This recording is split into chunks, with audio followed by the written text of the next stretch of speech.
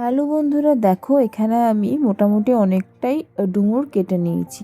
তো যাই হোক, আমাদের বাড়িতে তো খুব একটা মানুষ নেই, আমরা 3 জন মানুষ, তাই আমাদের জন্য এটা যথেষ্ট। আর এখানে ডুমুরের সঙ্গে আমি একটা আলু দিয়ে নিয়েছি ছোটো মতো, আর এখানে দিয়ে নিয়েছি ভিজিয়ে রাখা বুট ভাঙা। তো যাই হোক, তোমরা এটা নাও দিতে পারো, চাইলে কিন্তু তোমরা দিতেও পারো। তো এখানে আমি বুট ভাঙা দিয়ে নিয়েছি। তো বুট ভাঙা দিলে সবজিটা খেতে আরও অনেক বেশি কিন্তু ভালো লাগে। তো যাই হোক, এখানে আমি 1 থেকে 2টো সিটি দিয়ে নিয়েছি। আর এখানে 1 টুকরো আদা আর 2-3 কোয়া রসুন আর একটা ছোট্ট পেঁয়াজ আর 2-4টা লঙ্কা দিয়ে ভালো করে পেস্ট করে নিয়েছি।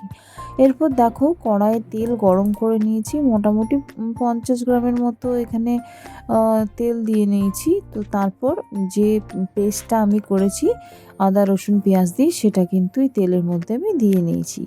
এইভাবে পেস্টটাকে দিয়ে নিলাম।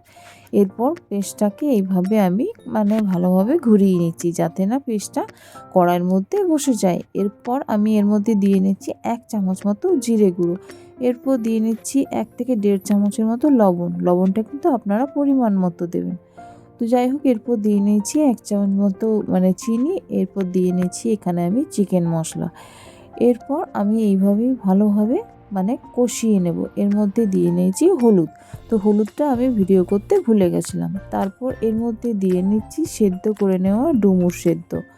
তো যাই হোক, এরপর ডুমুরগুলো এর মধ্যে দিয়ে নিয়ে পরে ভালোভাবে আমি ডুমুরটাকে এইভাবে কষিয়ে নেব মোটামুটি 5 মিনিটের মতো।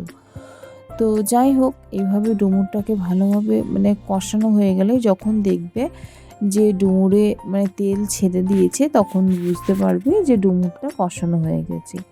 তো যাই হোক, ডুমুরেতে আমরা সবাই জানি যে ডুমুরে প্রচুর পরিমাণ আয়রন থাকে। তো যাই হোক, বাজারে কিন্তু সেরকমভাবে আমি ডুমুরটা দেখতেও পাই না। যেহেতু আমাদের পাশেই এখানে একটা ডুমুর গাছ আছে, তাই আমাদেরকে কিনে খেতে হয় না। তো যখনই গাছে ডুমুর ধরে মাঝে মাঝে কিন্তু এনে এরকমভাবে বাড়িতেই বানিয়ে কিন্তু খাই। তো যাই হোক, যাদের বাড়িতে কিন্তু সামনে কোথাও ডুমুর গাছ নেই, তারা কিন্তু আমার সঙ্গে অবশ্যই কন্ট্যাক্ট করতে পারো। আমি তোমাদেরকে কিন্তু গাছে যখন ধরবে অবশ্যই তোমাদেরকে আমি ডুমুর খাওয়াতে পারবো। তা চলে আসবে, কিন্তু তোমাদেরকে নেমন্তন্ন রইলো আমার বাড়িতে আসার জন্য। তো দেখতেই তো পেলে, এখানে কথা বলতে বলতে ডুমুর সবজিটা এইভাবে ভালোভাবেই কষানো হয়ে গেছে। তারপর খুবই অল্প পরিমাণ জল দিয়ে এইভাবে মোটামুটি 5 মিনিটের মতো এইভাবে ফুটতে দিতে হবে। কারণ ডুমুরটা যেহেতু আগে থেকেই আমি সেদ্ধ করে নিয়েছি, তো যাই হোক, বেশিক্ষণ সিদ্ধ করতে দেওয়ার কোনো রকম দরকার হবে না।